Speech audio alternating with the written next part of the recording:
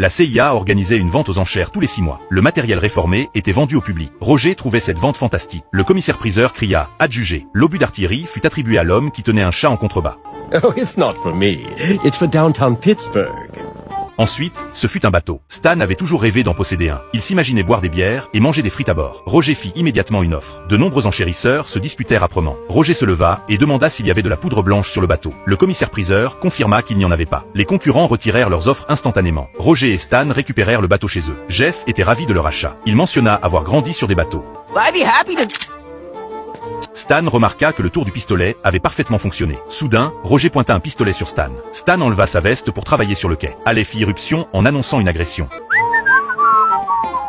À la marina, Roger et Stan vécurent leur rêve. Ils poncèrent la coque du bateau. Ils appliquèrent une nouvelle peinture. Stan trouva le travail. C'était fastidieux. La facture mensuelle des frais d'amarrage arriva. Dan jugea le coût excessif. Il décida de vendre le bateau immédiatement. Le capitaine du bateau voisin essayait de vendre le sien depuis des années. Personne ne l'avait jamais acheté. Il souhaitait désespérément qu'il coule. Pour l'indemnisation de l'assurance, Roger eut une idée. Stan eut la même idée. Ils invitèrent Jeff à piloter le bateau. Alley se joignit à eux à l'improviste pour une croisière au coucher du soleil. Jeff se prépara au départ. Il fit preuve d'une véritable expertise. Il s'acquitta de chaque tâche avec habileté. Ils levèrent l'ancre sans encombre. Stan demanda à Roger quand le bateau coulerait. Roger prédit que cela ne tarderait pas. Le bateau sombra aussitôt. Stan se prépara à réclamer l'assurance du bateau. Roger révéla qu'il ne l'avait jamais assuré. Il avait plutôt souscrit des assurances vie pour Jeff et Alley. Stan refusa de les laisser mourir. Alley et Jeff refirent surface près de l'épave. Stan et Roger les ramenèrent à terre. Jeff se plaignit que les gilets de sauvetage étaient inutiles. Ils semblaient remplis de sable. Roger, ce n'est pas moi, dit-il. Roger sembla réaliser quelque chose. J'ai ouvert un gilet de sauvetage avec un couteau. De la poudre blanche s'est répandue sur le quai. Stan! Do you know what this means? I sure do.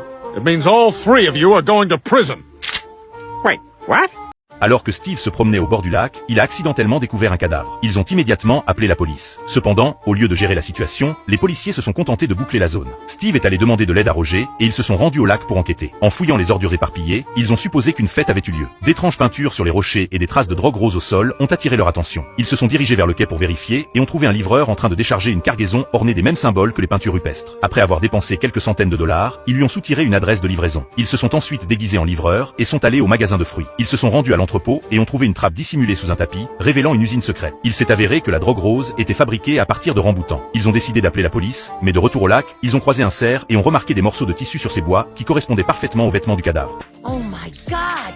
It wasn't a stabbing at all!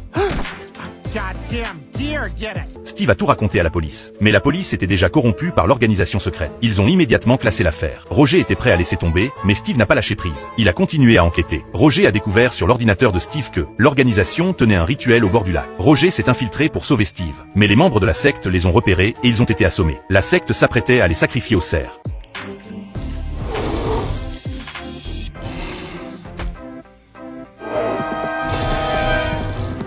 Don't worry, I got a plan. Wait, he was pretending?